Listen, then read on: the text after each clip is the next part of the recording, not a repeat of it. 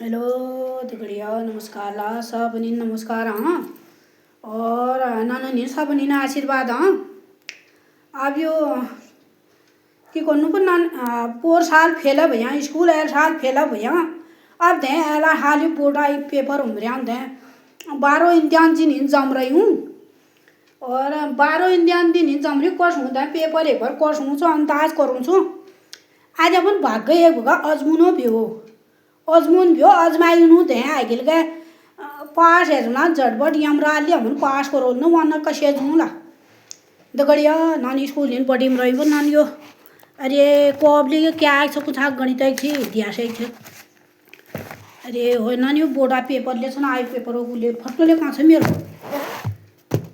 तो फटले गले हम रही हूँ ना पेपर दिन संगा मेरा अच्छे किले आ किले कौन सा हम मैडम ने के लिखाली पढ़ो लिखाली अरे भयो अरे चंद्र अंडा बनून पढ़ाला स्कूल में ठीक छ दगड़ियो जानु बा बैडमिंटन का नन्यो ले छबेल बेल गाते जुल बा हो ठीक छ अच्छे बा जब ने जानु बा हां अच्छे गाली तले गाली तो गाड़ में गानी को न गानी ते उजू छोड़ में से गा कुछ रात दिन गाई दियो न जसो होला हाँ हाँ हाँ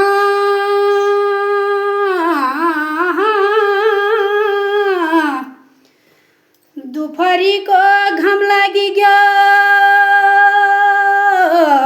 पाकी ज्ञान मेला पाकी ज्ञान मेला वो पोरा साला स्कूल गयो एला साला फेला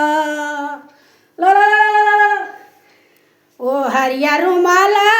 हलकोनी किलाने हरिया रुमाला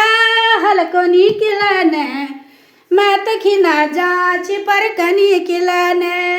मैं तो खिना जाची पर कनी किलाने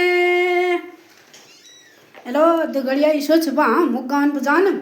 अब बोटा इंदियन दिन हिंस जमरी पास है जुनो ठीक है बेबा नदी फेला भयू बरमाशा फेला भयू मैं आप जो कि हूँ पास अब एला हाल 2 किलो घी दिरा थे मशा पनि उन्हें कह रहा थी इसमें एल साल जरूर पास करी दी उन्हें कह रहा था अब की पतो आ कहता जन का यहाँ पास करूँ ये सही 1 किलो घी दी उन्हें कह रहा मैंने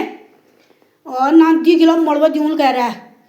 और मैं तुम कशी कर लेकर तुम एल मैं 12 बोर्डो इम्तिहान में पास कर दिया कह रहा ला बोला गनी तुम कहते कहाँ जन का यहाँ मैं पेपर में फेल है रही हूँ हर साल है एला हालियो कुमरियान तेज हम पास कर दूँ कुमरियान यो हिंदी किताब ले रही हूँ और यो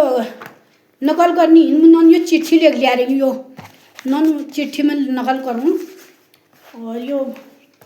कसी गरी आको चार्यो हुनु यो पैन उ ल्याएर कल आयो उले ल्याएर यो फट जा पोस्ट तो मैं क्या हाल्यो न ला दगड़ियो जाई जा हाँ स्कूल इन 13,000 अब छबेल न्योल तो तसाय ब्या भयो इसाय ब्या अब मास्टरले माराल स्कूल में जाई जा दगड़ा जम कि गर्नु आ पास न हेरिया आई कलम लियो कैसे लागू मशीन अरे भैंस का सींग टेढ़ा होता है बैल का सींग समार होता है बकरी का सींग आगे होता है और कुत्ते की पूंछ खड़ी होती है